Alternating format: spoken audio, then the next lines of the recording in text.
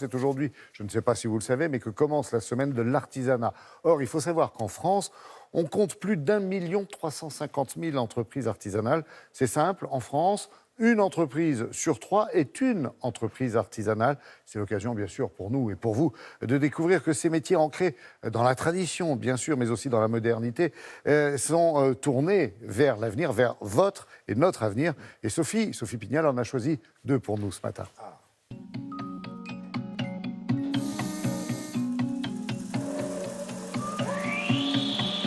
Dans le mot artisan, il y a le mot art. Et lorsque l'on voit travailler Steven Leprisé, on comprend pourquoi. Ce professionnel est installé en région parisienne.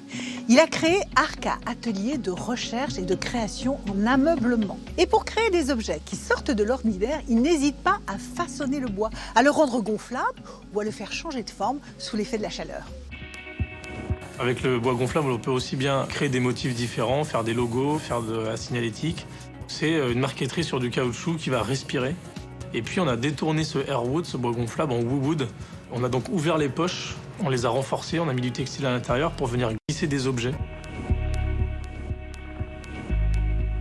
On a mis au point également un bois thermoformable qu'on vient chauffer et mettre en forme sans moule. Ça permet de faire des ouvrages un peu exceptionnels de manière plus abordable. Il suffit juste de le tenir pendant 15 minutes et il garde la forme.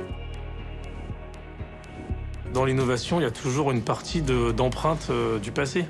C'est Mark Twain qui disait « Ils ne savaient pas que c'était impossible, alors ils l'ont fait ». Steven a vu sa capacité à innover récompensée par le prix Star et Métier, un prix décerné par les chambres de métiers. Autre lauréate, Fanny Laurent. C'est à 40 ans que cette professionnelle du climat a décidé de concrétiser son rêve et de créer sa propre marque d'accessoires pour enfants. Et aujourd'hui, elle réalise 30% de son chiffre d'affaires à l'export. Nous exportons essentiellement en Europe.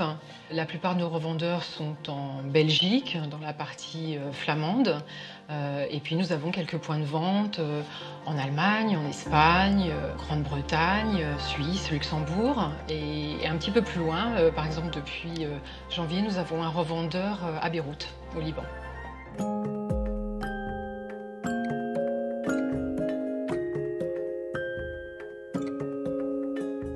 Ici, donc, on est dans la partie vraiment atelier où sont produits tous les petits animaux qui vont être suspendus sur les mobiles.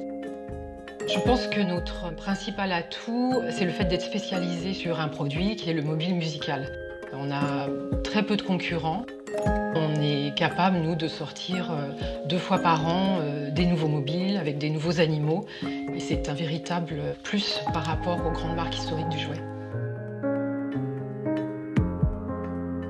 Tout est possible dans l'artisanat à condition d'être passionné. C'est ce que vous allez pouvoir découvrir à l'occasion de cette semaine nationale consacrée à l'artisanat.